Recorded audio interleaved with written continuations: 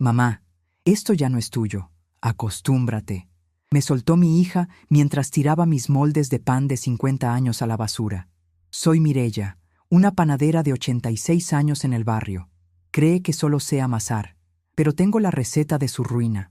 El golpe del metal viejo contra el fondo del contenedor de plástico resonó en toda la cocina como una bofetada. Era un molde de hierro fundido, pesado, negro por el tizne de miles de hogazas que habían alimentado a medio pueblo antes de que este rincón se llenara de edificios grises y autos ruidosos. En ese molde, mi esposo y yo horneamos el primer pan de 3 kilos cuando abrimos la espiga de oro, en el año 1974. Mónica ni siquiera me miró al tirarlo. Llevaba unos guantes de látex amarillos, como si tocar las cosas que le dieron de comer toda su vida fuera una especie de castigo o de infección. A su lado, Héctor, su marido, anotaba cosas en una tableta electrónica con una sonrisita de comerciante de feria. Ambos traían prisa. Una prisa que olía a deudas, a ambición barata y a esa terrible condescendencia con la que los hijos empiezan a tratar a los padres cuando les ven las manos temblorosas y el cabello blanco. «Mamá, por Dios, no me mires con esa cara de mártir», dijo Mónica, sacudiéndose un poco de polvo de su saco de marca. «Esto ya no es funcional. El camión de la mudanza viene el sábado y el corredor de propiedades necesita la planta baja completamente despejada para que los tasadores de la constructora hagan su trabajo. Ya te lo expliqué 1000 veces. Vas a estar mejor en el departamento de la ciudad. Tiene vigilancia, un balcón precioso y no tendrás que preocuparte por limpiar este galerón viejo». «Este galerón viejo», dije, sintiendo que la voz se me atoraba en la garganta, seca como la harina de fuerza. «Paga tus tarjetas de crédito desde que eras una universitaria malagradecida, Mónica». Héctor soltó una risita floja, de esas que siempre me dieron ganas de acomodarle con un rodillo de madera. «Ay, doña Mireya, por favor», intervino él, acomodándose los lentes. «No empecemos con sentimentalismos. El mercado inmobiliario está en su punto más alto. Lo que nos van a dar por este terreno no lo va a ganar usted vendiendo teleras ni en 3 vidas más. Además, legalmente, Mónica tiene la representación absoluta. Usted misma firmó el poder el año pasado. Es por su bien, para que descanse». Me quedé callada, mirando mis propias manos apoyadas sobre la mesa de madera de pino, una mesa que mi difunto viejo había cepillado con sus propios dedos hasta dejarla suave como la seda. Mis manos estaban nudosas, hinchadas por la artritis en los nudillos y marcadas con pequeñas cicatrices pálidas, recuerdos de quemaduras con las rejillas del horno de leña. Eran las manos de una mujer de 86 años que había trabajado 14 horas diarias para que su única hija tuviera escuela privada, ropa de almacén y un título universitario colgado en la sala. Recordé perfectamente la tarde de octubre en que firmé ese papel. Había tenido un mareo tonto en la cocina, producto del calor del horno y de una presión arterial que decidió jugarme una mala pasada. Mónica llegó esa misma noche con un médico particular y una carpeta de hojas notariales.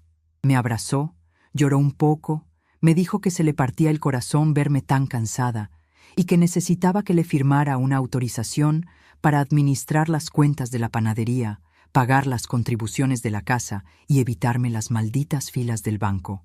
«Es solo para ayudarte, mamita, para protegerte», me había dicho al oído, con un tono tan dulce que parecía la miel de mis panes de muerto. Y yo, cansada, con el dolor de la viudez todavía pesándome en los hombros y el miedo natural de sentirme vieja, firmé. Firmé creyendo en la sangre de mi sangre. Qué estúpida fui. «Mónica», dije, tratando de mantener la voz firme, aunque por dentro sentía un temblor helado. «Ese poder era para pagar los servicios y la harina, no para que vendieras mi patrimonio. Esta casa la levantamos tu padre y yo ladrillo por ladrillo. La panadería todavía da para vivir». «Da para que vivas al día, mamá, y ya no tienes edad para estar cargando bultos de 30 kilos», replicó ella, arrebatándome de las manos un rodillo de madera que yo sostenía casi por instinto. «Esto también se va. Ya nadie usa madera. Ahora todo es de acero inoxidable o silicona. Además, ya está todo decidido. La constructora va a demoler todo el bloque para hacer un complejo residencial con locales comerciales abajo. Te compramos un departamento de una habitación.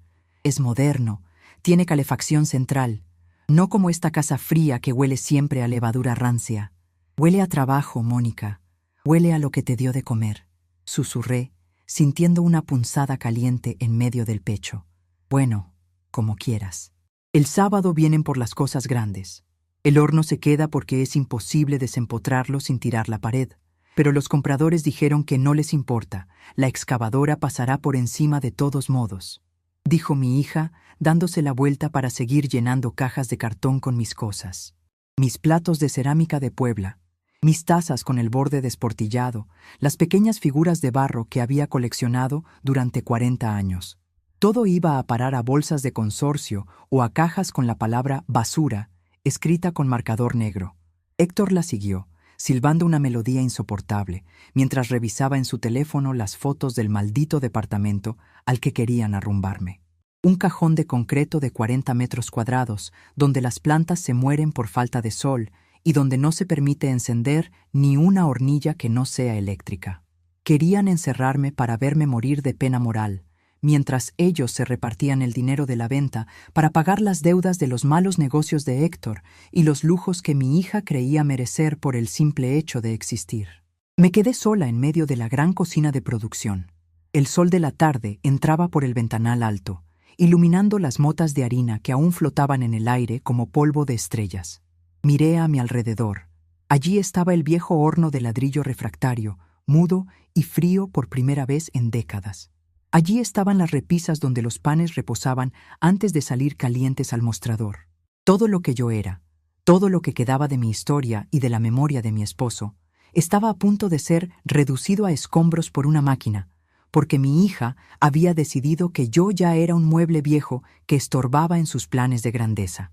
Acostúmbrate, me había dicho, como si la dignidad fuera algo que una se quita al llegar a los 80 años para cambiársela por un par de pantuflas y una ventana que da a la calle de atrás. Sentí una opresión horrible en el pecho, pero no era un infarto. Era algo mucho más antiguo, algo que no había sentido en toda mi vida, porque siempre fui la esposa sumisa, la madre sacrificada, la vecina amable que regalaba las conchas de vainilla a los niños pobres del barrio. Era una rabia pura, ardiente, espesa como la melaza, una furia que me subió desde la planta de los pies hasta la garganta, quemándome las lágrimas antes de que pudieran salir de mis ojos. Ellos creían que por tener un papel firmado y unas firmas notariales, ya me habían ganado la partida. Pensaban que una vieja de 86 años solo sirve para tejer esquinas de cobijas y asentir con la cabeza mientras los jóvenes deciden dónde va a morir su cuerpo. Pero se equivocaban. Se equivocaban porque olvidaron quién manejó la contabilidad de este negocio durante 50 años, quién conocía a cada vecino de este pueblo y quién guardaba las verdaderas llaves del destino de esta propiedad. Me llevé la mano al bolsillo de mi delantal de sarga gris.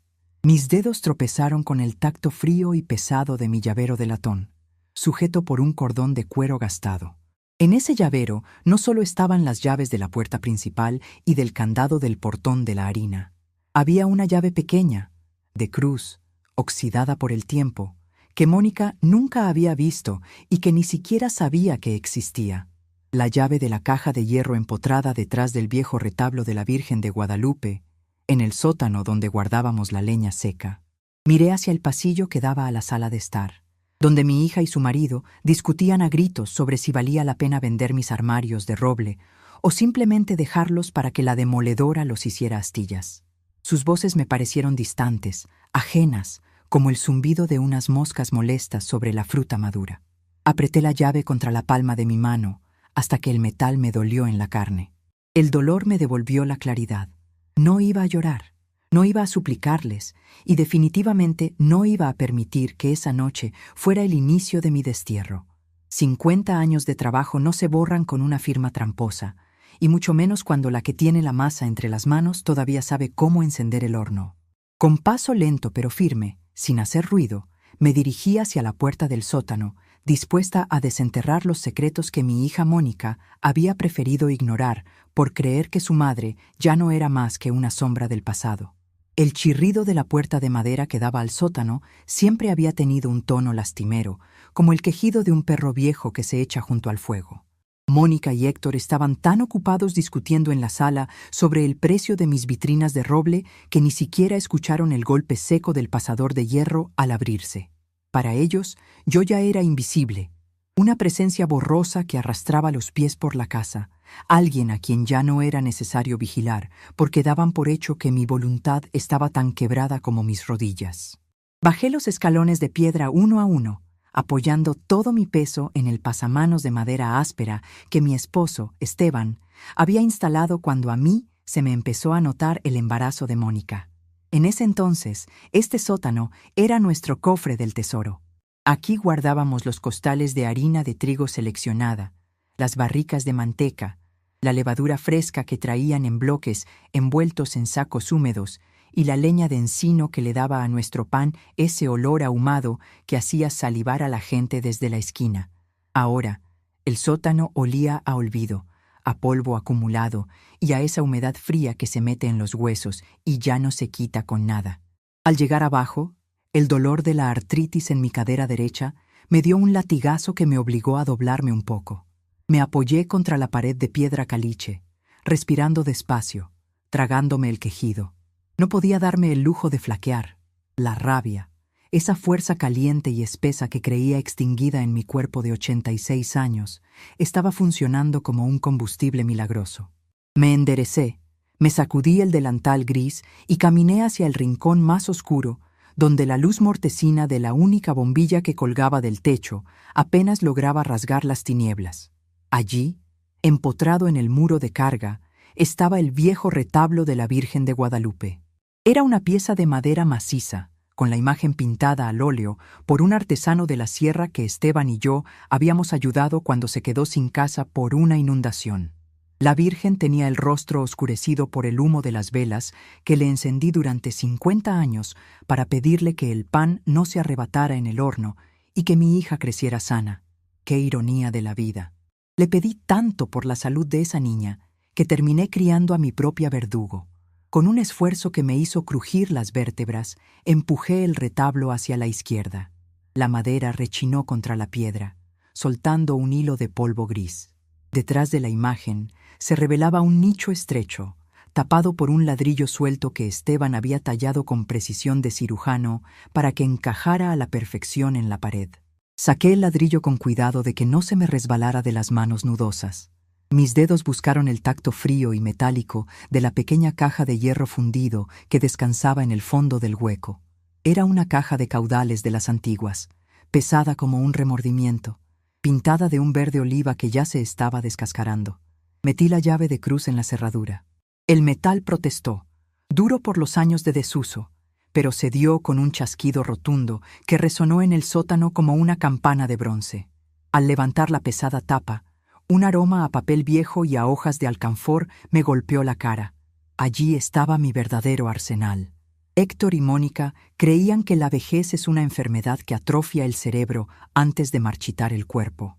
Pensaban que porque a veces olvido dónde dejé los anteojos o porque me tardo un poco más en sumar las cuentas del mostrador, ya no soy capaz de entender el mundo. Se equivocaban con una soberbia que me daba casi lástima. En este país, la gente de mi edad se vuelve transparente para los jóvenes. Nos miran como si fuéramos parte del paisaje, como esos árboles viejos de las plazas a los que nadie presta atención hasta que deciden cortarlos para pavimentar una calle. Pero la invisibilidad, cuando se sabe usar, es un escudo magnífico. Me permitió observar, escuchar y guardar silencio mientras ellos tejían su red de avaricia, creyendo que yo solo pensaba en el precio del bulto de azúcar. Saqué el primer documento de la caja. Era una carpeta de cuero azul, gastada por las esquinas. Dentro estaba la escritura original de La Espiga de Oro, fechada en 1974. Desplegué las hojas de papel sellado, con sus timbres fiscales y la caligrafía elegante del notario de aquel entonces. Mis ojos, cansados pero decididos, buscaron la cláusula tercera, aquella que Esteban y yo redactamos con especial cuidado cuando decidimos que esta propiedad sería el sustento de nuestra vejez. Usufructo vitalicio, absoluto e intransferible a favor de doña Mireya, viuda de Almonte. Mónica se había presentado el año pasado con un poder notarial amplio para actos de administración. Me lo hizo firmar con lágrimas en los ojos, diciéndome que era para que ella pudiera resolver las demandas de los inspectores de salud y pagar los impuestos municipales sin que yo tuviera que exponerme al sol de la tarde. Y yo, por amor, por esa debilidad tonta que tenemos las madres de querer facilitarles la vida a los hijos, firmé. Pero lo que Mónica y su ambicioso marido no sabían, porque su abogado de 3 al cuarto no se tomó la molestia de revisar los archivos históricos del registro público, era que ese poder administrativo tenía un límite legal infranqueable. No podía extinguir mi usufructo vitalicio sin mi firma física, estampada de puño y letra ante un notario público en un acto solemne y específico. Ellos ya le habían prometido el terreno a la constructora. Ya habían recibido un anticipo jugoso para tapar los hoyos financieros que Héctor había dejado en sus negocios de importación de pacotilla china. Estaban vendiendo el cuero del oso antes de cazarlo. Pero eso no era todo lo que guardaba en mi cofre de hierro. Debajo de las escrituras había un cuaderno de contabilidad de pastas negras. Lo abrí y pasé las páginas escritas con mi letra apretada e inclinada hacia la derecha. Durante los últimos 5 años, Héctor se había encargado de ayudarme con las cuentas de la panadería. Cada mes venía con una sonrisa fingida y me decía que el negocio estaba dando pérdidas, que la harina estaba incomprable y que el gobierno nos asfixiaba con los impuestos. Me pedía que firmara cheques en blanco para pagarles a los proveedores. Lo que él no sabía es que yo siempre llamaba a los proveedores después de que él se iba. Anotaba cada centavo real que entraba y salía y guardaba los recibos originales que los repartidores me daban a escondidas porque me respetaban más a mí que a ese mequetrefe de traje barato. En ese cuaderno negro estaban registrados, uno a uno, los desvíos de fondos que Héctor había hecho de la cuenta de la panadería hacia su cuenta personal.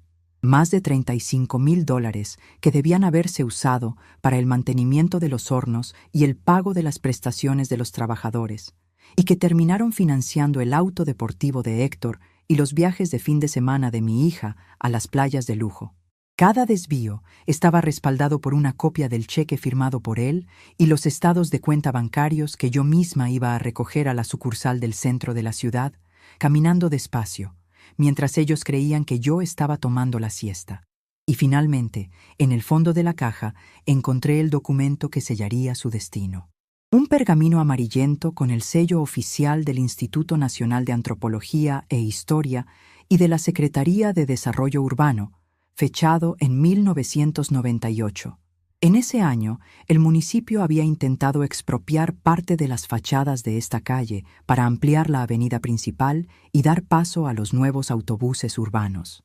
Esteban y yo nos unimos con los vecinos más viejos para defender el barrio. Descubrimos que nuestro horno de leña, construido con ladrillos refractarios traídos de las viejas fundiciones del siglo XIX, y la estructura de arquería de adobe de la casa principal, tenían un valor histórico único. Tras meses de pleitos y peritajes, logramos que la propiedad fuera declarada Patrimonio Histórico y Cultural Protegido. Esa declaratoria significaba una sola cosa: esta casa no se podía demoler. Ninguna constructora, por muy poderosa que fuera, podía meter una excavadora aquí sin enfrentarse a multas federales millonarias y a un proceso penal por destrucción de patrimonio cultural. Mónica y Héctor le habían vendido a la constructora la idea de un terreno despejado para levantar un edificio de 10 pisos. Les habían ocultado la existencia de la declaratoria de protección, probablemente pensando que una vez que la casa estuviera en el suelo, a nadie le importaría pagar una pequeña multa administrativa. Sostuve los papeles contra mi pecho. El frío del papel viejo me pareció de pronto el abrazo más cálido del mundo. Esteban, desde donde estuviera, seguía protegiéndome. Su trabajo y su previsión seguían siendo el escudo que me salvaría de la humillación de ser arrumbada en un departamento de 40 metros cuadrados a esperar la muerte. «Mamá, ¿qué carajo haces aquí abajo?». La voz de Mónica resonó desde lo alto de la escalera, áspera y llena de fastidio. Escuché sus pasos rápidos y pesados descendiendo por los peldaños de piedra.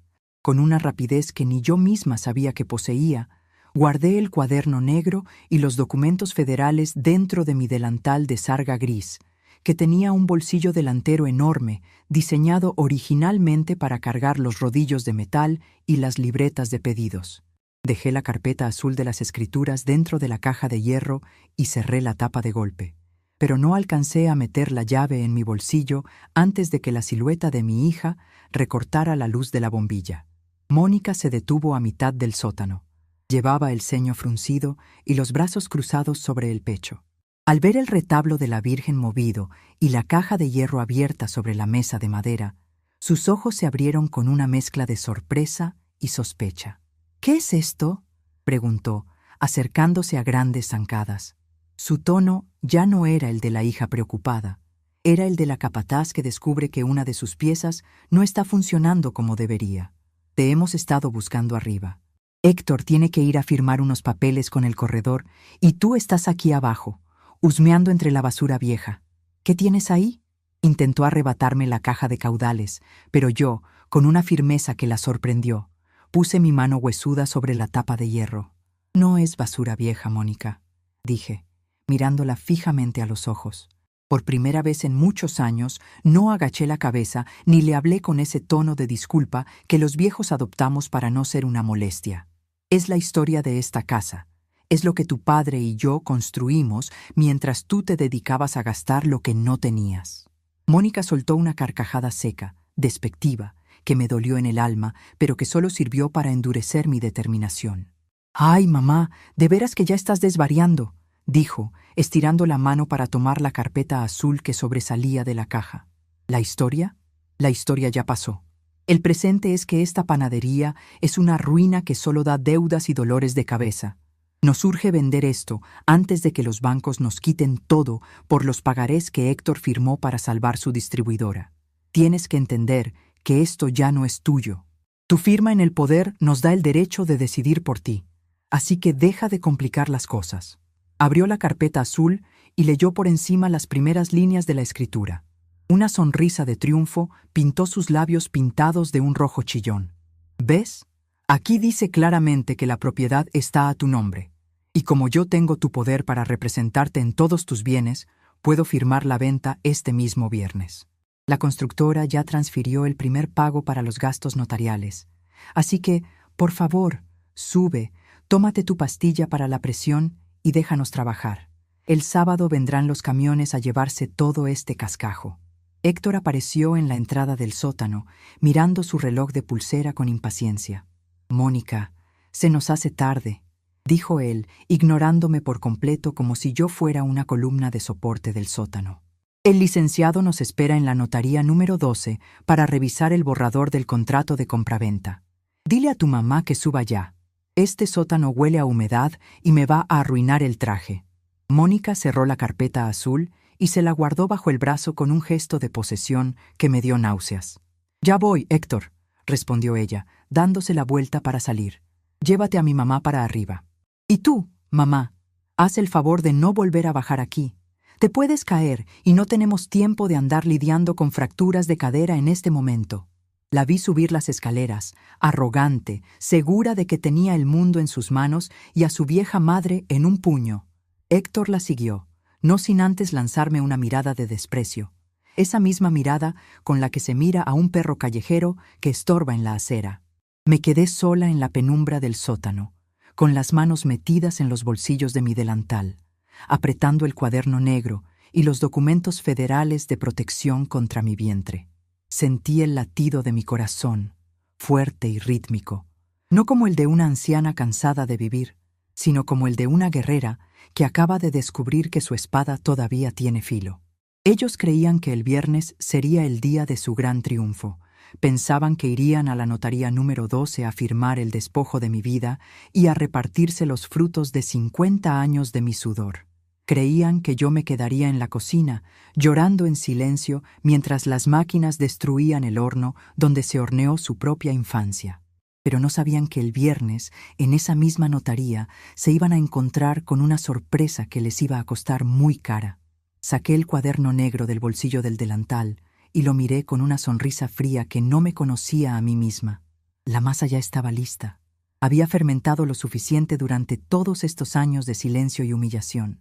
Ahora solo faltaba meterla al horno y dejar que el fuego hiciera su trabajo. Con paso lento, pero con una firmeza que no había sentido en décadas, comencé a subir las escaleras del sótano, lista para preparar la receta de su absoluta y merecida ruina. A la mañana siguiente, el despertador de mi cuerpo se activó a las 4:30, como ha ocurrido durante los últimos 50 años de mi vida. Me senté en la orilla de la cama, frotándome las rodillas endurecidas por el frío de la madrugada. El silencio de la casa era pesado, roto únicamente por el ronquido destemplado de Héctor, que llegaba desde la habitación de huéspedes del piso de arriba. Mónica y él se habían quedado a dormir para, según ellos, avanzar con el inventario del descarte desde primera hora. Para mí, el descarte significaba tirar mi vida a la basura. Para ellos, era simplemente limpiar el terreno de estorbos. Me puse las pantuflas de fieltro gris y mi abrigo negro de lana, ese que solo usaba para los funerales y las misas de 3 meses. El abrigo era pesado, olía un poco a naftalina y a humo de cera, pero me daba una estructura rígida, casi como una armadura. Antes de salir de mi recámara, saqué del fondo de mi ropero de caoba mi vieja bolsa de mano de piel negra, la que tiene el broche de latón que hace un chasquido fuerte al cerrarse. Dentro, bien acomodados junto a mi pañuelo de encaje y mis pastillas para el corazón, descansaban el cuaderno de pastas negras con las cuentas ocultas de Héctor y el documento con el sello dorado del Instituto Nacional de Antropología e Historia. Bajé a la cocina sin encender las luces. No las necesitaba. Me sé de memoria cada baldosa floja, cada rincón donde el piso de cemento se levanta un poco por las raíces del viejo limonero del patio. Preparé una jarra de café de olla, cargado con bastante canela y un trozo de piloncillo, tal como le gustaba a mi difunto Esteban. El aroma dulce y fuerte comenzó a llenar el espacio, peleando contra el olor a cartón húmedo de las cajas de mudanza que ya se amontonaban en el pasillo principal. «¡Ay, mamá! ¿Ya estás de pie?» La voz de Mónica sonó desde el marco de la puerta, adormilada y con ese tono de eterna queja que se le había quedado grabado en el rostro desde que cumplió los 40. «Te he dicho 1000 veces que no tienes por qué levantarte tan temprano. Ya no hay pan que hornear. Déjanos descansar un poco, por favor». Me di la vuelta despacio, sosteniendo la taza de barro entre mis manos nudosas para calentarme los dedos. Mónica llevaba una pijama de seda que seguramente le había costado lo que yo gano en una semana de vender teleras y teleras en el mostrador. Tenía los ojos hinchados y esa expresión de urgencia que siempre traía encima. «El cuerpo no sabe de jubilaciones, hija», le dije, con una voz que procuré que sonara lo más mansa y cansada posible, casi arrastrando las palabras. «Además, me duelen mucho las articulaciones. Voy a ir a la clínica del seguro a que me revise el doctor y luego pasaré al mercado a comprar un poco de manzanilla para el estómago. Me ha estado doliendo desde ayer». Mónica suspiró, pasándose una mano por la frente con un gesto de fastidio que no se molestó en ocultar. «Bueno, pero no te vayas a ir caminando. Que Héctor te pida un taxi de la aplicación. No queremos que te vayas a caer en la calle y tengamos que pasar el día en urgencias. Hoy viene el tasador de la constructora a revisar los cimientos y tenemos que estar aquí para recibirlo». «No te preocupes, mi amor», respondí, usando ese apelativo que antes me salía del corazón y que ahora me sabía a hiel. «El caminar me hace bien para estirar las piernas. Me iré despacio, agarrándome de las paredes. No me tardo». Héctor apareció en la cocina, rascándose la barriga por debajo de la camiseta, con los ojos entrecerrados y esa sonrisita de suficiencia que me revolvía el estómago. «Deje que se vaya caminando, Mónica», dijo él, sirviéndose café directamente de la olla sin pedir permiso. «A la gente de antes le gusta batallar. Además, el aire fresco le va a despejar la cabeza. Solo no se vaya a perder, doña Mireya. Acuérdese de que ya no estamos para rumbos nuevos». «No me pierdo, Héctor», le contesté, mirándolo fijamente a los ojos por encima del borde de mi taza. «Este pueblo lo conozco desde que las calles eran de tierra, y tú ni siquiera eras un proyecto en la cabeza de tus padres. Sé exactamente a dónde voy». Él no entendió la indirecta. Soltó una risotada floja y se sentó a revisar su teléfono, calculando seguramente los miles de pesos que recibiría por la venta de mi patrimonio. Terminé mi café en silencio. Me acomodé el abrigo negro y salí a la calle antes de que el sol terminara de despuntar por el cerro. El aire de la mañana estaba helado y calaba hondo en los pulmones, pero me hizo sentir viva. Caminé con paso lento pero seguro, apoyando bien cada planta del pie sobre la banqueta. La gente del barrio empezaba a abrir sus negocios. Don Chente, el carnicero, estaba barriendo la entrada de su local. Doña Lupe, la de la mercería, acomodaba los hilos en el mostrador. Todos me saludaban con respeto, con ese «Buenos días, doña Mireya», que se gana únicamente a fuerza de años de ser una mujer de trabajo y de palabra. Sentí un nudo en la garganta al pensar que mi hija quería borrarme de este mapa, mandarme a un edificio donde nadie sabría mi nombre ni le importaría si amanecía viva o muerta. Mi primera parada no fue la clínica del Seguro Social, sino la sucursal del banco que estaba en la esquina de la plaza principal. Era un edificio antiguo, con columnas de cantera y un ambiente frío que olía a papel moneda y a desinfectante barato. Esperé a que abrieran las puertas de metal a las 9 en punto. Fui la primera en entrar. En la ventanilla de atención preferente me recibió Carlos Ortiz, el subgerente. Carlos es un hombre de unos 50 años, de cabello canoso y trato amable, que de niño venía a la panadería a pedirme los recortes de las galletas de canela que nos sobraban de las charolas. «Doña Mireya, qué milagro verla por acá tan temprano», dijo, levantándose de su silla para darme la mano con un afecto sincero. «¿En qué puedo ayudarla hoy? ¿Algún problema con su pensión?» «Hola, Carlitos», le dije, sentándome despacio en la silla acolchada frente a su escritorio. «No, la pensión llega bien, gracias a Dios. Lo que pasa es que necesito que me hagas un favor muy grande. Pero tiene que ser algo entre nosotros dos, como un secreto de los de antes, cuando tu mamá me pedía que le guardara el pan de caja para los sándwiches de tu escuela». Carlos sonrió, acomodándose los lentes, pero su expresión se volvió seria al ver la gravedad en mis ojos. «Usted dirá, doña Mireya, sabe que le tengo un gran aprecio a su familia». Saqué de mi bolsa el cuaderno de pastas negras y los estados de cuenta que había logrado rescatar de la basura de Héctor. «Necesito que me revises estas transferencias de los últimos 3 años», dije, deslizando los papeles sobre el escritorio. «Esta cuenta está a mi nombre, pero mi yerno, Héctor, tiene una firma autorizada para los pagos de los proveedores de la panadería. Quiero saber exactamente a dónde fue a parar este dinero.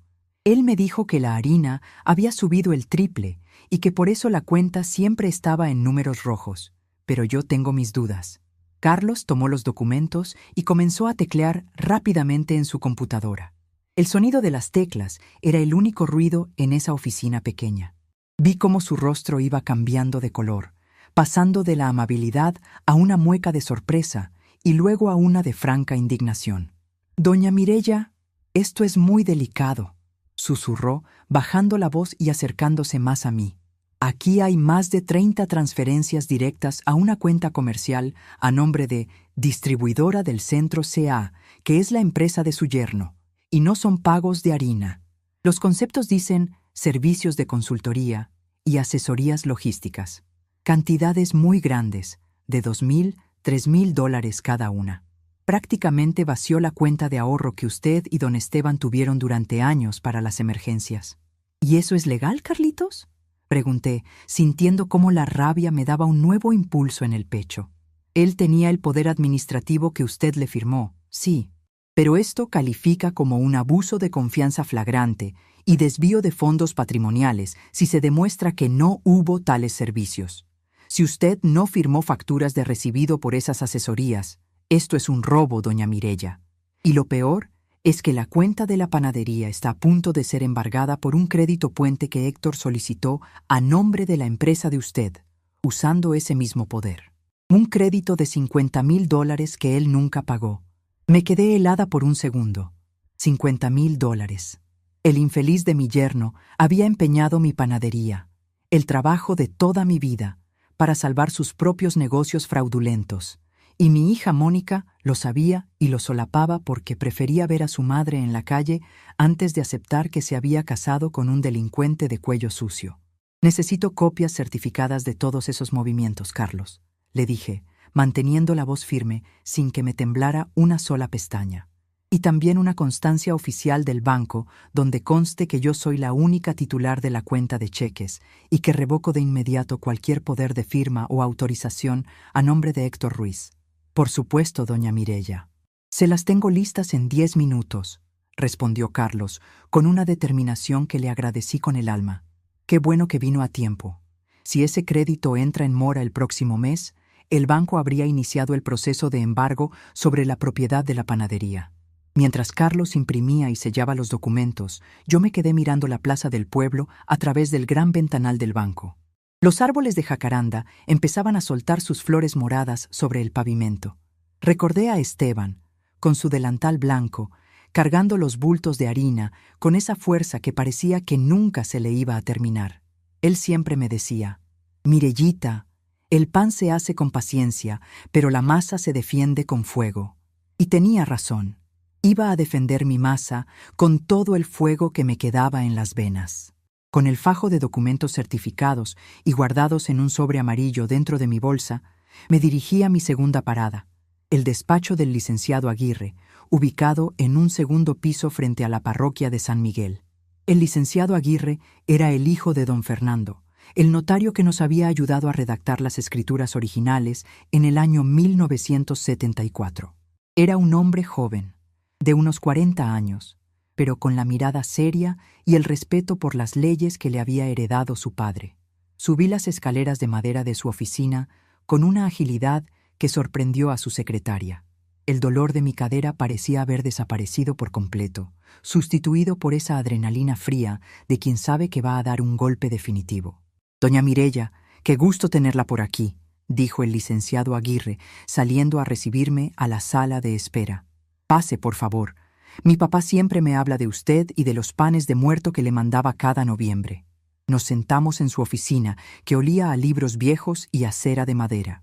Saqué el sobre amarillo del banco, la carpeta azul de las escrituras de la casa y el documento de protección histórica del INAH. Los extendí sobre su escritorio de cristal como si estuviera acomodando las cartas de un juego de baraja donde yo tenía todos los ases. «Licenciado», le dije, mirándolo con toda la seriedad de mis 86 años. «Mi hija y mi yerno me quieren despojar de mi casa y de mi panadería. Ya le prometieron el terreno a una constructora y el viernes quieren llevarme a la notaría número 12 para firmar la venta. Me dicen que como firmé un poder el año pasado, ya no tengo voz ni voto en esto. Quiero que me diga la verdad, sin rodeos». El licenciado Aguirre tomó los documentos y comenzó a leerlos con atención. Pasó varios minutos revisando las escrituras originales, comparándolas con el poder administrativo que Mónica le había presentado a la constructora y, finalmente, examinó con lupa el pergamino del INAH de 1998. A medida que leía, una sonrisa de asombro y admiración se fue dibujando en su rostro. Se recostó en su silla, mirándome con un respeto que me hizo sentir que mi estatura física se duplicaba. «Doña Mireya, esto es una obra de arte de la previsión legal», dijo, dando un suave golpe sobre el escritorio. «Su esposo y usted eran personas muy inteligentes. El poder administrativo que usted le otorgó a su hija el año pasado es amplio, sí, pero tiene un vacío legal enorme que ellos, en su prisa y su soberbia, no se tomaron la molestia de revisar. En la escritura original de 1974, su esposo constituyó un usufructo vitalicio absoluto e intransferible a favor de usted.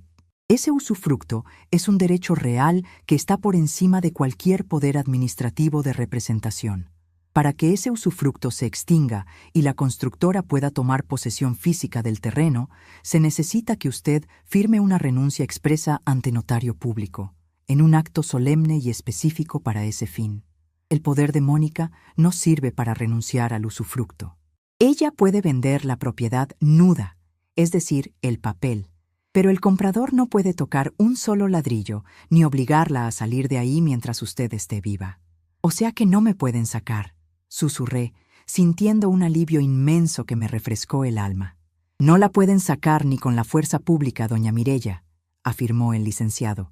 «Pero eso no es lo mejor. Lo mejor es este documento del INAH. La Declaratoria de Patrimonio Histórico y Cultural Protegido sobre el horno de leña y la estructura de adobe de la casa principal es un gravamen federal que está inscrito en el Registro Público de la Propiedad.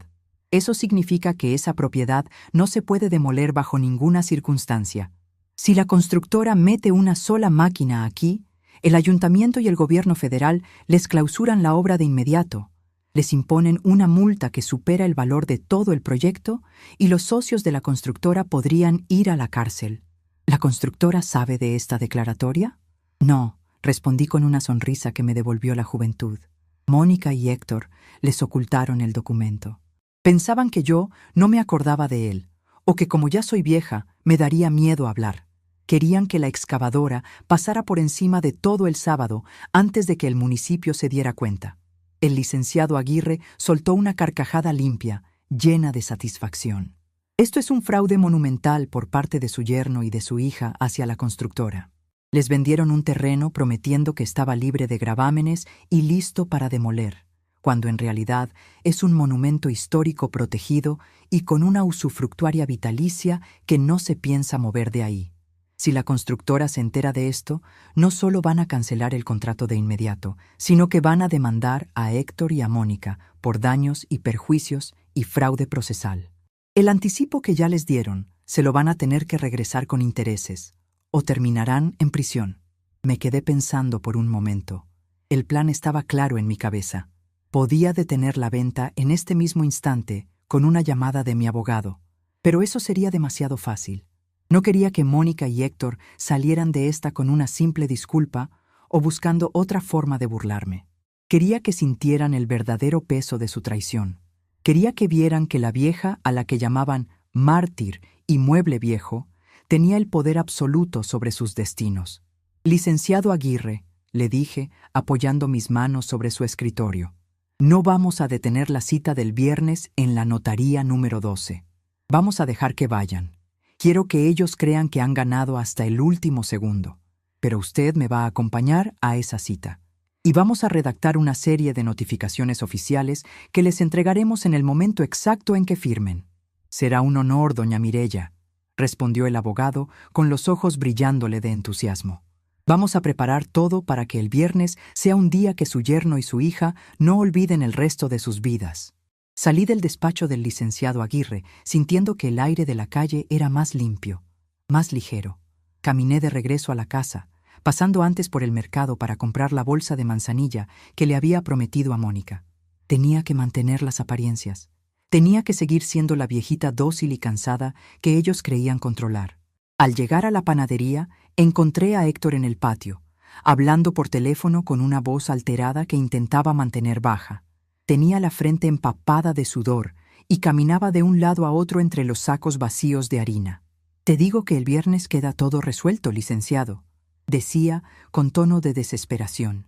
«El viernes firmamos la escritura y la constructora hace la transferencia del saldo restante. Con eso te liquido el pagaré del camión de reparto y la deuda de los proveedores. Solo aguántame 3 días más, por lo que más quieras. No me vayas a meter la demanda mercantil antes del viernes». Me quedé observándolo desde la sombra del zaguán. Pobrecito. No tenía idea de que el pozo del que pensaba sacar agua para calmar su sed estaba completamente seco y lleno de espinas. Entré a la cocina, donde Mónica estaba metiendo mis últimos moldes de pan en una bolsa de basura negra. Vi que en el fondo de la bolsa estaba mi molinillo de madera para el chocolate, ese que mi abuela me había regalado cuando me casé, tallado a mano con flores de naranjo en el mango. Sentí una punzada de dolor en el corazón, pero me tragué la amargura. «Ya regresé, hija», dije, poniendo la bolsa de manzanilla sobre la mesa. «Aquí está mi té. El doctor me dijo que solo es un poco de aire en el estómago por las preocupaciones, que no es nada grave». Mónica apenas me miró. Cerró la bolsa de basura con un nudo ciego y la arrastró hacia la puerta con un desprecio que me pareció casi inhumano. «Qué bueno, mamá. Te lo dije. Solo te sugestionas por nada. Ya tenemos casi todo listo. Héctor ya habló con los de la mudanza, y el sábado temprano vienen por tu ropero y tu cama. El resto se queda para el camión de la basura de la constructora. Ya falta poco para que descanses de este chiquero». «Sí, hija», respondí, sentándome en mi vieja silla de pino y mirando cómo la luz de la tarde empezaba a pintar de dorado las paredes de la cocina. Ya falta muy poco para que todo esto se acomode en su lugar. Durante la cena, Héctor estuvo especialmente insoportable. Sirvió copas de un vino barato que había traído y brindó por el fin de una era y el inicio de la buena vida. Me habló con una condescendencia que rayaba en la burla, explicándome cómo sería el departamento de la ciudad, diciéndome que tendría un televisor grande para que no me aburriera y que ya no tendría que ensuciarme las manos con harina. «Usted ya cumplió su ciclo, doña Mireya», dijo, levantando su copa hacia mí con una sonrisa hipócrita. «Ahora nos toca a nosotros disfrutar del fruto de la tierra. Hay que saber cuándo retirarse de la mesa antes de que te quiten la silla». Mónica asintió, tomando la mano de su esposo con una devoción que me dio lástima. Estaba tan cegada por la ambición y por la necesidad de aparentar una vida de lujos que no podía ver que el hombre al que amaba la estaba arrastrando al abismo junto con él. «Tienes razón, Héctor», dije, tomando un sorbo de mi agua de limón y mirándolos a ambos con una tranquilidad que pareció desconcertarlos un poco. «Hay que saber cuándo retirarse. Y sobre todo, hay que saber quién es el que realmente tiene la llave de la puerta». «¿La llave?», preguntó Mónica, frunciendo el ceño. «¿De qué hablas, mamá?» «De nada, mi vida», respondí, levantándome de la mesa despacio, apoyando mis manos en la madera suave. «Solo que a veces el pan tarda en hornearse, pero cuando sale, sale bien caliente. Buenas noches». Subí a mi habitación con el sobre amarillo del banco bien guardado bajo el brazo. Me acosté en mi cama, escuchando el sonido del viento que soplaba a través de las rendijas de las ventanas viejas de mi panadería. No sentía miedo, ni tristeza, ni la debilidad de la vejez. Sentía la fuerza de la tierra, la solidez de los ladrillos de adobe que habían aguantado sismos y tormentas durante más de un siglo. Ellos creían que el viernes sería el día de mi funeral en vida. Pensaban que saldría de aquí con los ojos llenos de lágrimas y las manos vacías, dejando que sus máquinas destruyeran mi historia para pagar sus deudas baratas. Pero no sabían que yo ya había encendido el horno, y que la masa que ellos mismos habían amasado con su avaricia y su traición estaba a punto de desbordarse para quemarles las manos. El viernes amaneció con un cielo plomizo, de esos que parecen una gran plancha de zinc gris a punto de caer sobre los techos del pueblo. En la casa de la Espiga de Oro, el ambiente era de una agitación casi febril. Mónica andaba de un lado a otro con unos tacones altos que hacían un ruido seco y molesto sobre las baldosas de la sala, mientras Héctor terminaba de abotonarse un saco de color azul marino que le apretaba visiblemente en la cintura. Los dos desayunaron de pie, apenas un café soluble y unas galletas de caja, ignorando olímpicamente la olla de café de grano que yo había preparado. «Mamá, ya es hora», dijo Mónica, asomándose a mi recámara sin tocar la puerta. «El coche de Héctor ya está encendido abajo. Ponte el abrigo negro y vámonos de una vez. No quiero que el licenciado nos esté esperando. Recuerda que la puntualidad es clave en estos negocios de nivel». Me miré al espejo del ropero antes de darme la vuelta. Me había puesto mi vestido de lana gris, el más formal que tenía, y encima mi abrigo negro de los funerales. En mi cuello lucía un pequeño camafeo de plata con el retrato de mi Esteban cuando era joven, un hombre de mirada limpia y manos curtidas por el trabajo. Acomodé mi bolsa de mano negra sobre mi antebrazo, sintiendo el peso reconfortante del sobre amarillo que guardaba dentro. «Estoy lista, hija», respondí, caminando hacia ella con un paso que fingí un poco más torpe y vacilante de lo que realmente era. «Vamos a terminar con esto de una vez». Héctor nos esperaba al volante de su auto, con el motor encendido y la calefacción al máximo. Durante todo el trayecto hacia el centro de la ciudad, ninguno de los dos me dirigió la palabra. Iban hablando entre ellos en un susurro rápido, haciendo cuentas con los dedos, planeando el viaje que harían a Miami en cuanto se liberara el saldo del pago y discutiendo qué tipo de alfombra le pondrían a la sala de su nueva casa. Para ellos, yo era simplemente una pieza de equipaje que llevaban en el asiento trasero, un bulto necesario para la firma que pronto sería depositado en un rincón discreto para no volver a estorbar. Llegamos a la notaría número 12 poco antes de las 10 de la mañana. Era un edificio moderno, todo de vidrio ahumado y acero inoxidable, ubicado en la zona financiera de la ciudad. El vestíbulo olía a aire acondicionado y a ese perfume caro que usan las secretarias que nunca han tenido que lavar un trasto. Nos hicieron pasar a una sala de juntas muy amplia, con una mesa de madera de caoba tan pulida que se podía ver el reflejo del techo en ella. En la cabecera de la mesa ya estaba sentado el ingeniero Silva, el representante legal de la constructora, un hombre de cabello canoso, impecablemente trajeado, que nos recibió con una sonrisa profesional y un apretón de manos enérgico. A su lado, el notario Mendoza, un hombre gordo y calvo que parecía tener mucha prisa, ordenaba varias carpetas de documentos con sellos oficiales. «Buenos días, doña Mireya», dijo el ingeniero Silva, mirándome con esa compasión fingida que la gente de negocios reserva para los ancianos a los que están a punto de despojar. «Es un placer conocerla. Su hija me ha hablado mucho de usted. Qué bueno que se decidió a dar este paso para su descanso». «Buenos días, señor», respondí, sentándome despacio en una de las sillas de piel negra. «El descanso es muy importante, sí, sobre todo cuando se ha trabajado tanto». Héctor se apresuró a sacar una carpeta de su portafolios y la puso sobre la mesa con un ademán triunfal. «Aquí tenemos todo listo, licenciado Mendoza», dijo Héctor, frotándose las manos con un nerviosismo que intentaba disfrazar de entusiasmo. «El poder notarial que me faculta para firmar en representación de doña Mireya está en la primera página. Ya revisamos el contrato de compraventa y estamos de acuerdo con todas las cláusulas. Podemos proceder a la firma y a la transferencia electrónica de inmediato». El notario Mendoza tomó los documentos y comenzó a revisarlos de manera rutinaria, pasando las hojas con el dedo índice humedecido. Mónica se inclinó hacia mí y me dio un palmadita en el hombro, con una sonrisa que pretendía ser cariñosa, pero que no le llegaba a los ojos. «Ya ves, mamita, te dije que todo sería muy rápido», me susurró al oído. «En 1 hora ya serás libre de esa panadería vieja. Ya no tendrás que preocuparte por nada». En ese momento, la puerta de la sala de juntas se abrió con un golpe firme y seco. «Buenos días a todos», dijo una voz fuerte y segura que resonó en todo el espacio. Héctor y Mónica se dieron la vuelta de golpe. El licenciado Aguirre entró en la sala, vistiendo un traje gris, Oxford, perfectamente cortado y cargando un portafolios de piel café. Detrás de él venían 2 hombres jóvenes que cargaban carpetas de archivos de aspecto muy oficial. «¿Qué significa esto?», preguntó Héctor, levantándose de la silla con el rostro encendido por el enojo y la sorpresa. «¿Quién es usted y qué hace interrumpiendo una reunión privada?». «Soy el licenciado Arturo Aguirre», respondió mi abogado con una tranquilidad pasmosa, acercándose a la mesa y entregándole una tarjeta de presentación al notario Mendoza.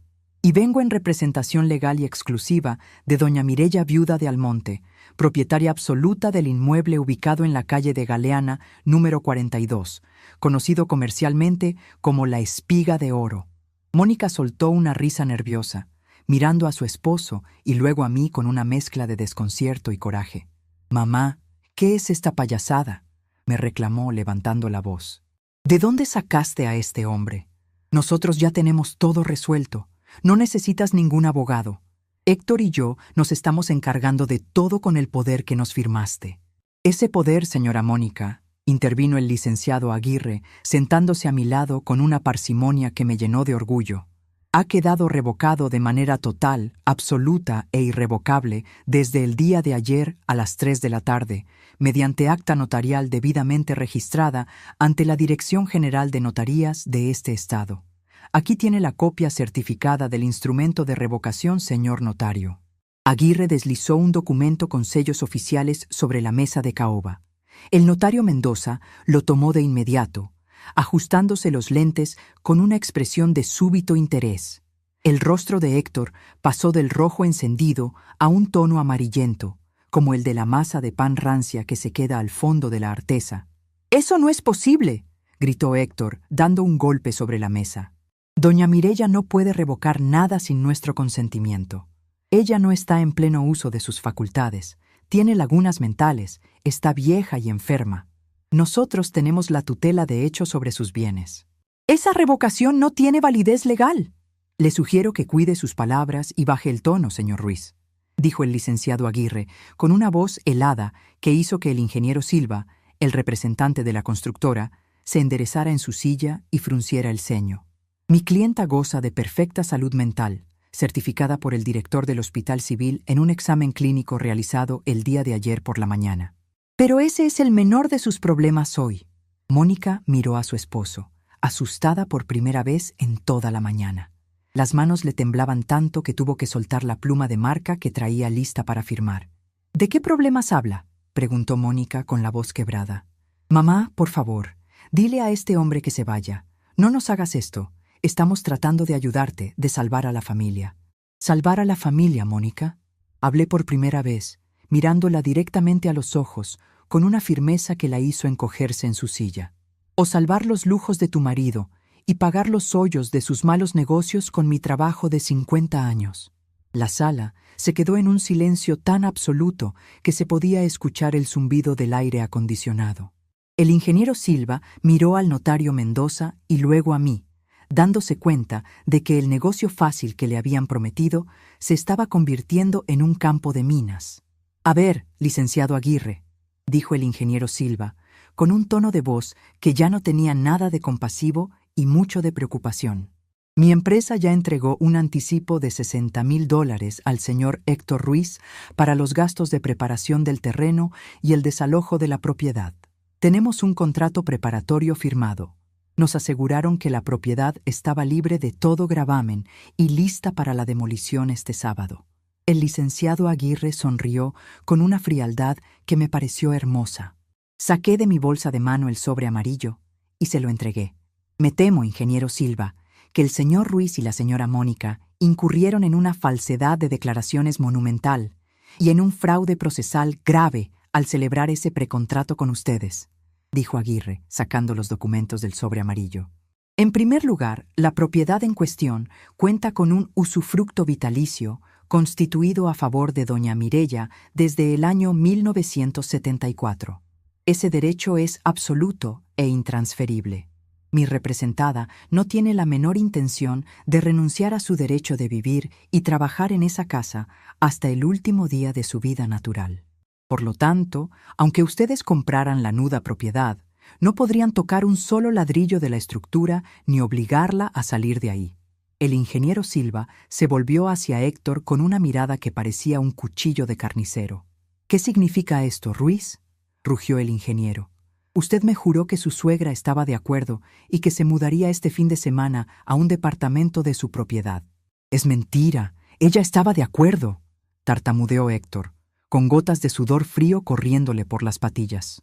Es solo una rabieta de vieja celosa. Ella firmó el poder, ella quería descansar. Pero eso no es lo más grave, ingeniero Silva, continuó el licenciado Aguirre, interrumpiendo las mentiras de mi yerno con un ademán firme. Aquí tengo el expediente de la Secretaría de Desarrollo Urbano y del Instituto Nacional de Antropología e Historia, con fecha de 1998. La propiedad de La Espiga de Oro, incluyendo el horno de leña del siglo XIX y la estructura de arquería de adobe, cuenta con una declaratoria federal de patrimonio histórico y cultural protegido. El inmueble no puede ser demolido, alterado ni remodelado sin la autorización expresa del gobierno federal, la cual nunca se les otorgará para un proyecto de departamentos modernos. El notario Mendoza dejó caer los papeles que tenía en la mano sobre la mesa, con una expresión de horror en el rostro. Esto es un gravamen federal inscrito en el registro público, dijo el notario, mirando a Héctor con desprecio. ¿Cómo se les ocurrió ocultar esta información en el borrador de la escritura? Esto invalida cualquier contrato de compraventa de inmediato. Yo no voy a certificar una transacción que viola una ley federal y que constituye un fraude flagrante. El ingeniero Silva se levantó de la silla de golpe, con el rostro desfigurado por la rabia. Apuntó con el dedo índice a Héctor, quien parecía haberse encogido varios centímetros en su silla, con la boca abierta y los ojos desorbitados por el pánico. «Ustedes nos vieron la cara de pendejos», dijo Silva, con una voz que era un rugido contenido. Nos ocultaron la declaratoria del INAH y el usufructo vitalicio. Nos cobraron un anticipo de $60,000 bajo falsas promesas. Quiero ese dinero de regreso en la cuenta de la constructora antes de que termine el día, Ruiz. De lo contrario, los abogados de la empresa presentarán hoy mismo una demanda penal por fraude calificado en contra de usted y de su esposa. Y les aseguro que los voy a meter a la cárcel. No me importa lo que tengan que vender para pagarme. «Ingeniero, por favor», suplicó Mónica, rompiendo en un llanto histérico y tomándole la manga del saco a Silva.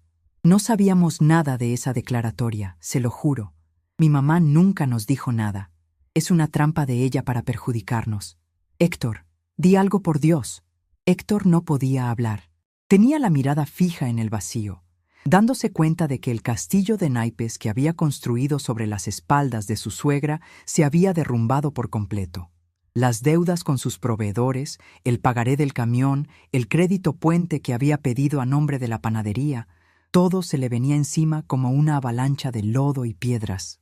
«Pero aún hay más, señores», dije, tomando la palabra por primera vez con una calma que pareció congelar la histeria de mi hija en el aire. Saqué del sobre amarillo las copias certificadas de los estados de cuenta bancarios que Carlos me había entregado esa misma mañana y los puse sobre la mesa de caoba, justo enfrente de mi yerno. «Héctor», le dije, mirándolo con toda la frialdad de la que era capaz mi corazón, «aquí están los registros de las 35 transferencias que hiciste de la cuenta de mi panadería a la de tu distribuidora quebrada. Más de $35,000 que me robaste usando el poder que te di para comprar harina. Y aquí está el documento del crédito puente de $50,000 que solicitaste a nombre de La Espiga de Oro, falsificando mi firma en los pagarés de garantía». Mónica dejó de llorar por un segundo, mirando a su esposo con una incredulidad absoluta. «Héctor, ¿qué es esto?», preguntó ella con la voz en un hilo. «¿Tú pediste un crédito a nombre de la panadería de mi mamá? Me dijiste que ese dinero era de un inversionista de la ciudad. Me dijiste que todo estaba legal». «¡Cállate, Mónica!», le gritó Héctor, perdiendo los estribos por completo. «Lo hice por nosotros, para salvar la casa en la que vivimos, para pagar tus malditos lujos y tus tarjetas de crédito que nunca dejas de usar. Estábamos ahogados en deudas, pues ahora están ahogados en un delito federal», sentenció el licenciado Aguirre, cerrando su portafolios con un golpe seco. «Doña Mireya ya ha revocado la firma autorizada del señor Ruiz en el banco. El día de hoy se presentará la denuncia correspondiente ante la Fiscalía del Estado por administración fraudulenta, abuso de confianza y falsificación de firmas.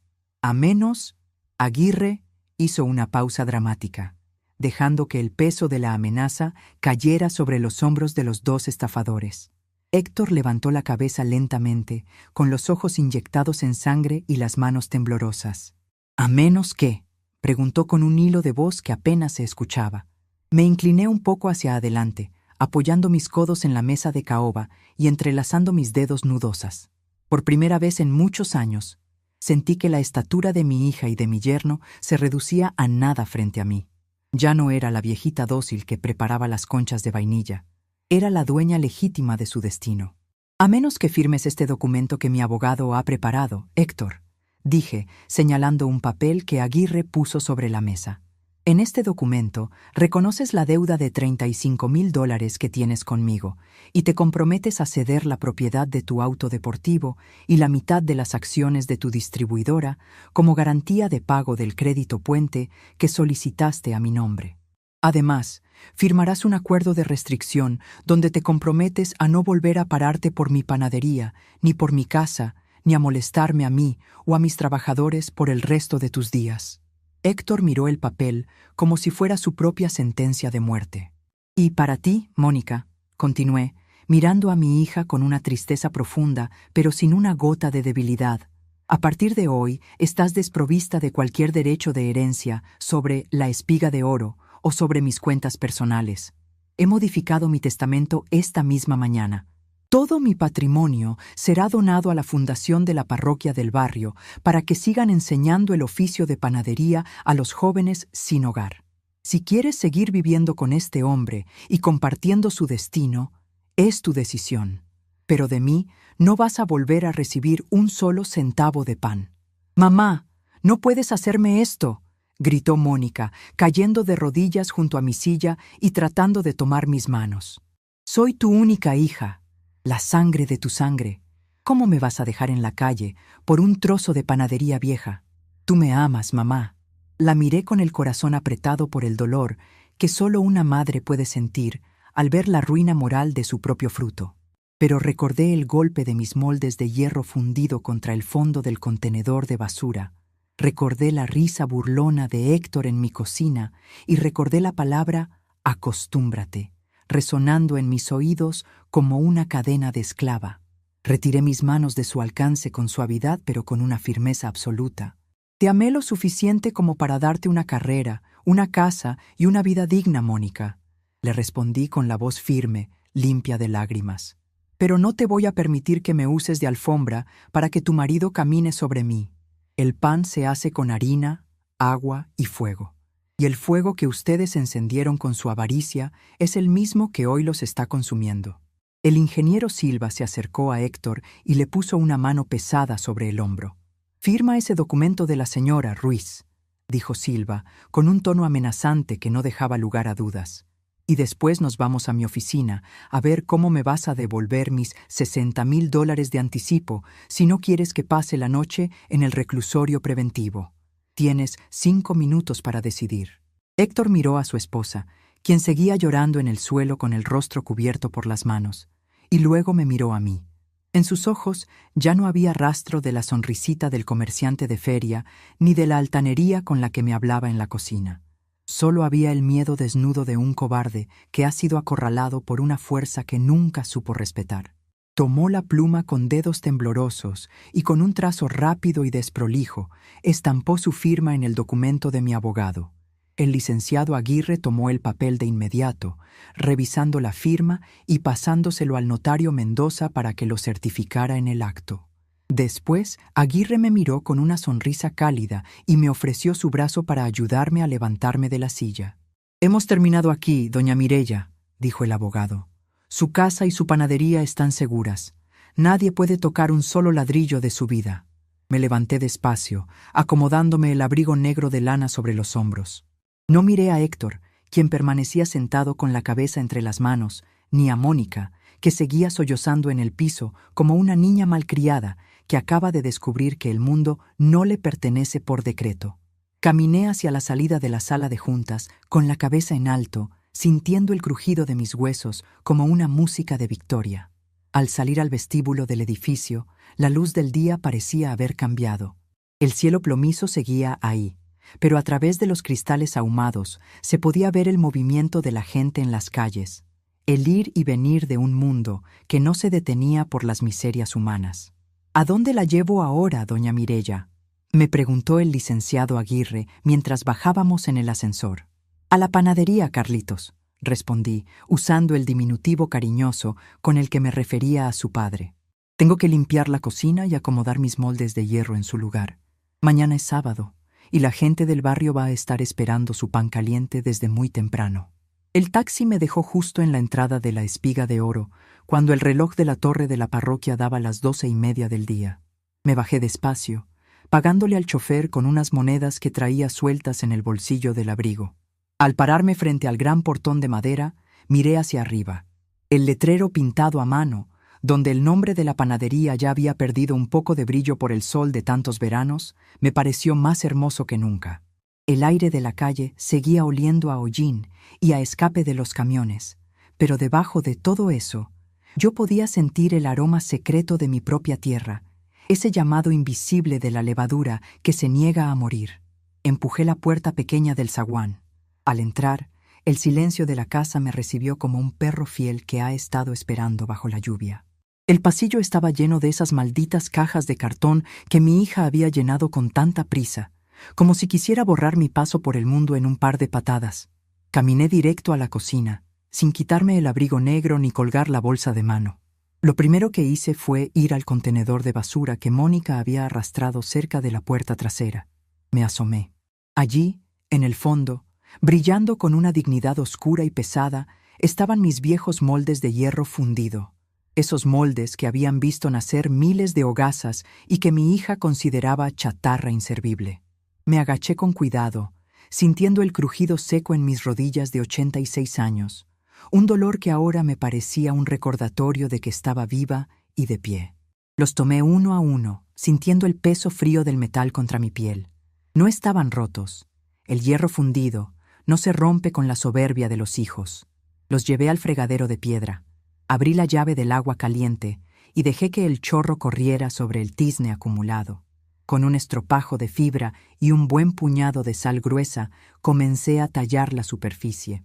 Tallé con fuerza, usando el peso de mis hombros, dejando que la rabia que aún me quedaba en el cuerpo se fuera diluyendo en el agua espumosa que corría por el drenaje.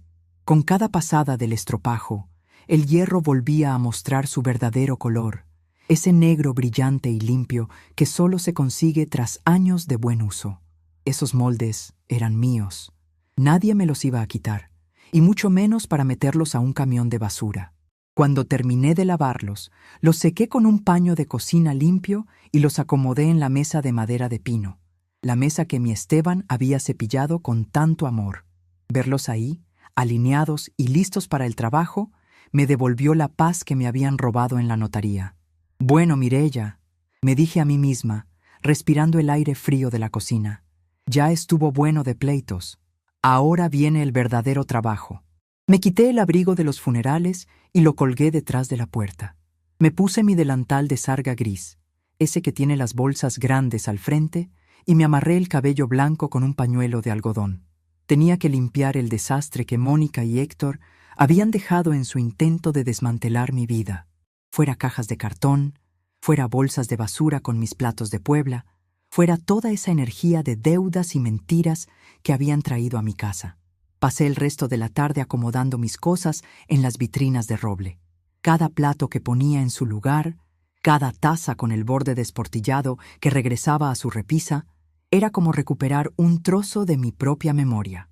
Mi molinillo de madera para el chocolate, el que Mónica había tirado a la bolsa negra, volvió a ocupar su lugar de honor junto a la jarra de barro. La casa volvía a ser mía. Ya no olía a cartón húmedo ni a la prisa de los tasadores. Volvía a oler a limpio, a vinagre de manzana con el que limpié los vidrios y a esa calma bendita que solo se siente cuando uno defiende lo que es justo. A las 5 de la tarde sonó el teléfono de la sala. El aparato, un modelo antiguo de disco que se negaba a dejar de funcionar, chilló con un ruido que me hizo dar un brinco. Fui despacio a contestar, sabiendo perfectamente quién podía ser. «¿Mamá?» La voz de Mónica sonaba ronca, cansada, desprovista de toda esa arrogancia con la que me había hablado por la mañana. «Mamá, por favor, dime que esto es una pesadilla. Héctor está deshecho. Los abogados de la constructora no lo dejan en paz. Le dieron 24 horas para devolver el anticipo o presentan la denuncia. Tuvimos que entregar los papeles del coche deportivo y vamos a tener que vender el departamento que compramos para ti. No tenemos dónde vivir, mamá». Escuché sus sollozos del otro lado de la línea. Era el llanto de una mujer de 50 años, que nunca había tenido que enfrentar las consecuencias de sus propios actos, porque siempre había tenido a su madre para resolverle la vida. Sentí una punzada de tristeza en el estómago, esa compasión de madre que nunca se apaga del todo, pero me sostuve de la pared de adobe y apreté los dientes. «Mónica», le dije con una voz tranquila, sin un rastro de rencor, pero con la dureza de la piedra. «Tú tomaste tu decisión el día que firmaste ese precontrato a mis espaldas. Decidiste que tu madre era un estorbo y que mi trabajo de 50 años era una moneda de cambio para pagar los lujos de tu marido. Ahora les toca a ustedes resolver sus asuntos. El departamento moderno del que tanto me hablaste ya no es mi problema. Yo me quedo en mi casa, en mi panadería, que es donde pertenezco. Pero, mamá, somos tu familia», gimió ella. «No nos puedes dejar así. Nos van a quitar todo. La familia no despoja a los viejos, Mónica. La familia los protege», respondí, sintiendo que las palabras salían de mi boca con una claridad que me asombró. «Lo que les está pasando no es culpa mía. Es el resultado de su propia avaricia. Aprende a vivir con lo que te queda, hija. Acostúmbrate». Colgué el auricular sin esperar su respuesta. El sonido del clic al colgar fue como el cierre de un libro pesado. No iba a dejar que su culpa me consumiera. Ya había pagado suficientes deudas ajenas en esta vida. Ahora me tocaba cuidar el fuego que me quedaba por vivir. Esa misma tarde, llamé al padre Tomás de la parroquia de San Miguel. Le pedí que me mandara a los muchachos de los que me había hablado el licenciado Aguirre, esos jóvenes que buscaban una oportunidad para aprender un oficio y salir de las calles. A las 7 de la noche llamaron a la puerta del zaguán. Al abrir, me encontré con dos muchachos de unos 18 años. Uno se llamaba Mateo y el otro Nicolás. Venían con las manos metidas en los bolsillos de sus chamarras gastadas, mirando hacia todos lados con timidez y un respeto que hace mucho tiempo no veía en los jóvenes del barrio. «Buenas tardes, doña Mireya», dijo Mateo, quitándose una gorra de lana con un gesto rápido. «El padre Tomás nos dijo que usted necesitaba ayuda para levantar los pedidos de mañana y que nos podía enseñar a amasar». «Pasen, muchachos», les respondí, haciéndome a un lado y mostrándoles la gran cocina iluminada. «Aquí no se viene a jugar. El trabajo de panadero es duro. Se empieza cuando todos duermen y se termina cuando el sol ya está alto. Pero si tienen ganas de aprender, les aseguro que nunca les va a faltar un plato de comida en la mesa». «¿Están listos?». Los dos asintieron con la cabeza, con los ojos brillándoles de una emoción limpia. Les di 2 delantales blancos que tenía guardados en el cajón de la costura, de esos que Esteban usaba cuando dábamos abasto a las bodas del pueblo. Verlos ponerse los delantales y lavarse las manos en el fregadero de piedra me llenó el pecho de una calidez que no había sentido en años. La espiga de oro no iba a morir. Solo estaba cambiando de manos, de unas manos codiciosas a unas manos necesitadas de futuro. «Manos a la obra», les dije, señalando el gran bote de madera donde guardábamos la masa madre. «Lo primero que tienen que aprender es que la masa es un ser vivo. Siente el frío, siente el calor y, sobre todo, siente el humor de quien la trabaja. Si amasan con coraje, el pan sale amargo. Si amasan con flojera, el pan no sube. Hay que ponerle respeto y paciencia». Durante toda la noche, la cocina de la espiga de oro volvió a ser el centro del universo. Mateo resultó tener una fuerza natural en los brazos que le permitía manejar el bulto de harina con una facilidad asombrosa, mientras que Nicolás tenía una paciencia infinita para bolear las conchas de vainilla y marcar las líneas de las teleras con el raspador de madera. Yo me encargué de supervisar cada paso, de corregir la postura de sus manos y de enseñarles el secreto del reposo de la masa bajo los lienzos húmedos. A las 3 de la mañana llegó el momento más importante: encender el viejo horno de leña de ladrillo refractario. Bajamos al sótano a buscar los leños de encino seco que Héctor no había alcanzado a tirar. Los muchachos cargaron la madera con un entusiasmo que me hizo sonreír. Colocamos los troncos en la boca del horno y con un fósforo largo encendí la primera astilla de ocote. El fuego prendió de inmediato, soltando esa luz dorada y cálida que tantas veces había iluminado los ojos de mi Esteban. El humo comenzó a subir por la chimenea de ladrillo, saliendo al cielo frío de la madrugada del barrio, anunciándole a todos los vecinos que la panadería de Mireya volvía a estar encendida. El calor del horno comenzó a calentar las paredes de adobe de la cocina. Era un calor bueno, de esos que se meten en los huesos y te quitan el dolor de la edad. Mientras esperábamos que el horno alcanzara la temperatura adecuada, nos sentamos a la mesa a tomar una taza de café de olla caliente con una pieza de pan dulce que yo había horneado el día anterior. «Doña Mireya», dijo Nicolás, mirando las chispas que salían por la rendija del horno. Mi abuelo siempre decía que su pan era el mejor de toda la región, que cuando él era joven la gente hacía fila desde las 5 de la mañana solo para alcanzar una telera caliente. «Tu abuelo tenía buen diente, Nicolás», le respondí con una sonrisa, sintiendo que el recuerdo de mi esposo me abrazaba desde el calor del horno. Y tenía razón. El secreto no está en la harina cara ni en las máquinas modernas de esas que quería comprar mi yerno. El secreto está en dejar que el pan tome su tiempo. En este mundo de ahora, todos tienen prisa por todo. Quieren construir edificios en 2 meses, quieren ganar dinero sin trabajar, y quieren que los viejos nos callemos para que ellos puedan correr más rápido. Pero el pan no sabe de prisas. Si lo arrebatas, se quema por fuera y se queda crudo por dentro. Los muchachos escuchaban en silencio, con un respeto que me devolvió la fe en la gente. Me di cuenta de que mi verdadero legado no era la propiedad física, ni las escrituras que Mónica había querido robarse, ni el dinero de las cuentas del banco. Mi verdadero legado era este conocimiento, esta tradición que se transmite de generación en generación a través del tacto de la harina y el calor de la leña. Al dejar mi patrimonio a la fundación de la parroquia, me estaba asegurando de que este rincón del pueblo siguiera siendo un faro de trabajo y de alimento para los que vinieran después de mí. A las 5 de la mañana comenzamos a meter las primeras charolas al horno. El olor a pan caliente comenzó a salir por las ventanas abiertas, flotando sobre las banquetas, metiéndose por las rendijas de las casas vecinas. Era un aroma espeso, dulce, que olía a hogar, a constancia y a victoria. A las 6 en punto, abrí las hojas de madera del mostrador que daba a la calle. El aire de la mañana estaba helado, pero en la banqueta ya había gente esperando. Don Chente, el carnicero, fue el primero de la fila, luciendo su delantal de cuero y una sonrisa que le iba de oreja a oreja. Detrás de él estaba doña Lupe, la de la mercería, bien abrigada con su chal tejido, y varios vecinos más que miraban con asombro a los dos muchachos que acomodaban las charolas de panes dorados en las vitrinas de roble. «Buenos días, doña Mirella», gritó don Chente, entregándome unas monedas. «Qué gusto ver el humo de la chimenea otra vez. Ya nos andábamos asustando con esos rumores de que se iba a ir a la ciudad a vivir a un departamento de ricos».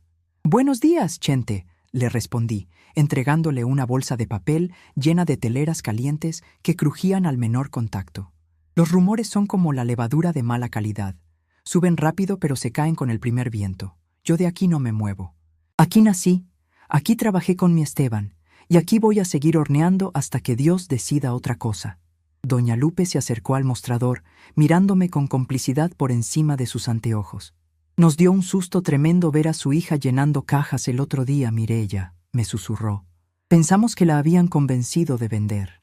«Casi lo hacen, Lupe», le respondí, mirando a Mateo y a Nicolás, que atendían con amabilidad a los clientes nuevos. «Casi permito que la prisa de los jóvenes pasara por encima de mis 50 años de trabajo. Pero esta vieja todavía tiene fuerza para amasar, y la masa, cuando se defiende con fuego, siempre da buen pan». La mañana transcurrió en un ir y venir de gente, de felicitaciones, de risas y de ese bullicio alegre que siempre había caracterizado a la Espiga de Oro. Vendimos todo lo que habíamos horneado antes de las 10 de la mañana. Las vitrinas quedaron limpias y en el cajón del mostrador había suficiente dinero para pagar la harina de la próxima semana, el sueldo de los muchachos y para empezar a cubrir las deudas que Héctor había dejado a mi nombre. No sería fácil. Tendría que trabajar duro durante los próximos meses, pero era un trabajo libre, un trabajo que hacía con la frente en alto y sin tener que pedirle permiso a nadie para existir. A mediodía, cuando los muchachos terminaron de barrer la cocina y de limpiar las mesas, nos sentamos a descansar en el patio trasero, bajo la sombra del viejo limonero que ya empezaba a dar sus primeros brotes de azahar. El sol de la tarde nos calentaba la cara y el aire traía el aroma dulce de las flores y de la leña apagada. Miré mis manos nudosas, apoyadas sobre el delantal de sarga gris. Seguían estando hinchadas por la artritis, seguían teniendo las cicatrices pálidas de las quemaduras del horno, pero ya no me parecían las manos de una vieja inútil que esperaba el destierro en un rincón ajeno. Eran las manos de una mujer libre, de una panadera que había sabido defender su tierra, su historia y su dignidad frente a la tormenta de la avaricia familiar. Mónica y Héctor tendrían que enfrentar su propio destino, lejos de aquí, aprendiendo a fuerza de golpes lo que cuesta ganarse un centavo con honestidad. Yo ya no tenía que cargar con sus deudas ni con sus mentiras. Había aprendido que el amor de madre no significa dejarse pisotear, y que a veces el mejor acto de amor que se puede hacer por un hijo es dejar que enfrente la dureza del invierno para que aprenda a valorar el calor de la casa paterna. Mañana sería otro día. Volvería a sonar el despertador a las 4:30 de la mañana. Volvería a oler a levadura y a leña de encino, y los muchachos volverían a estar listos frente a la mesa de pino para aprender el oficio que les daría de comer. La Espiga de Oro seguiría en pie, con sus paredes de adobe y su horno histórico, como un monumento a la constancia de los que no se rinden frente a la edad. Acomodé el camafeo de plata de mi Esteban sobre mi pecho, sintiendo el metal templado por el calor de mi propio cuerpo. Cerré los ojos por un momento, dejando que el viento de la tarde me acariciara la cara, con la certeza absoluta de que mientras haya harina en el bote y fuego en el horno, esta vieja panadera seguirá siendo la dueña absoluta de su propio destino.